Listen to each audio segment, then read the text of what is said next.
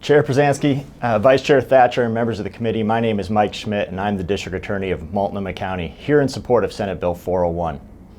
In many ways, Ballot Measure 11 was a creature of its time. Passed by voters in 1994, BM 11 was born at a time when crime was at near historic highs in Oregon and nationally, though it had already started to decline in Oregon prior to its enactment. This was an era when many now misguided practices were ascendant in the criminal justice system, including the war on drugs, officially sanctioned racial profiling by law enforcement, and other now discredited policies. In the 27 years that have followed the passage of BM 11, we have learned much about what works in criminal justice. We've become educated about the troubling racial and ethnic disparities that occur at every level of our system, from policing to sentencing. We've learned that much of what we believed was true 27 years ago was not only untrue, but actively harmful, creating deep systems of inequity that we're still wrestling with today.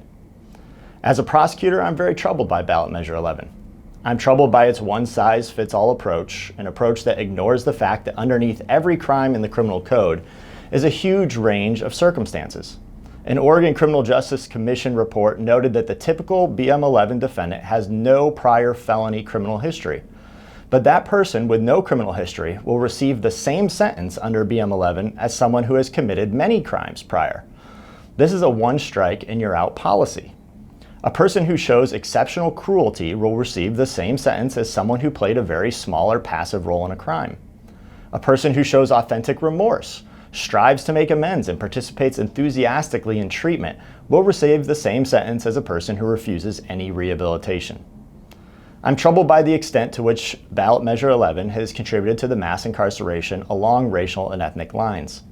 The overrepresentation of people of color at every phase of the criminal justice system guarantees that mandatory minimums will fall most heavily on our diverse populations. I'm troubled by the argument that Ballot Measure 11 has made us safer. As you'll hear from my colleague Wasco County DA Matt Ellis, to jump to that conclusion, one must follow a very flawed causal reasoning analysis. But most of all, I'm troubled by the extreme extent that Ballot Measure 11 has concentrated power in the hands of a prosecutor. In a system of criminal justice where over 90% of cases are resolved via a plea offer, Ballot Measure 11 gives overwhelming control over the most serious criminal sentences to one person, the prosecutor.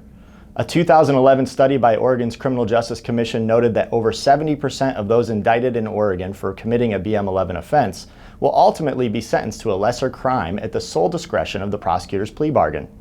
This same report notes that a defendant who takes a BM 11 charge to trial is 4 times as likely to receive a full-length BM 11 sentence. This suggests that a person who refuses to accept a prosecutor's plea offer is extremely likely to be punished for it at trial, creating a very strong incentive to plea. The role of the judge in all of this? Mostly mechanical. They will generally carry out the sentence agreed upon in the plea agreement so long as it's legal and regardless of whether they personally feel it to be correct or fair.